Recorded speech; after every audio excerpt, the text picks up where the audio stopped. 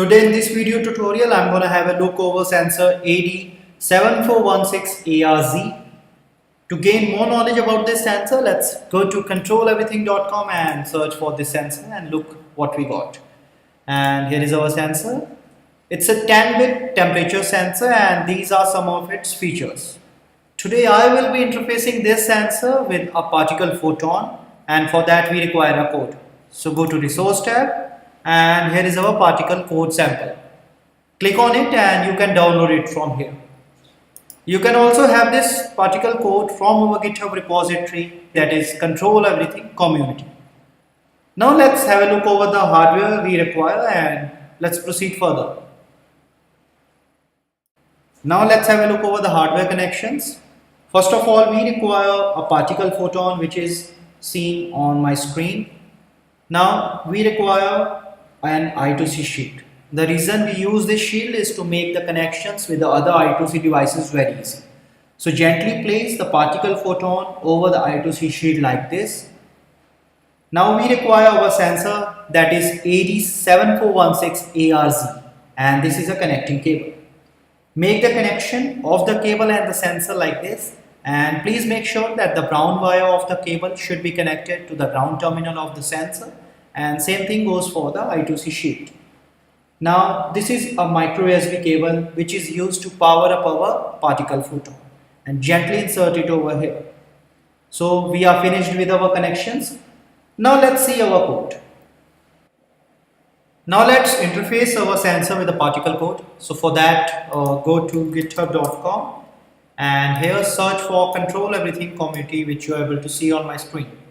Click on it and here is our required sensor, that is AD7416ARZ, and this is our particle code. Let's have a look over the instructions first. We have to log into our photon and set up our device, and this is a link which will guide us through the procedure. Next, we have to download the code and copy the code on the online ID. This is the link where we can have this process. Now at the end, we have to verify and flash the code on the photon, and the code output will be shown on this link, dashboard.particle.io user logs. So this is how our code works with the particle photon. Now let's get back to the particle code. It's a code with .ino extension.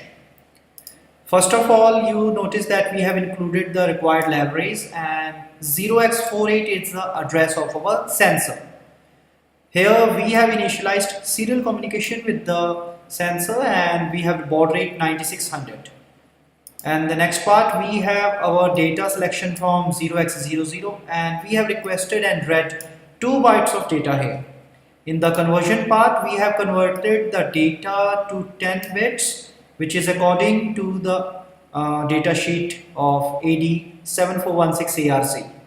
At the end of the code, we have our output data on the dashboard, which is in the form of temperature in Celsius and Fahrenheit scales. So this is how our code works. Now let's proceed further and see how it works. For the working part, first of all, we have to copy entire particle code and open the build link which we have discussed earlier. Now here, create the file and name it and paste the code. Save the code and verify the code. Code verification is good, and now flash the code. While flashing the code, we have to check for the magenta flash, which will describe the code verification and flashing is successful. We have just seen the magenta flash is there, and this means the flash is successful. Now open the dashboard link, user logs, and now we can have our output data on the serial monitor. And our temperature is in Celsius and Fahrenheit. Now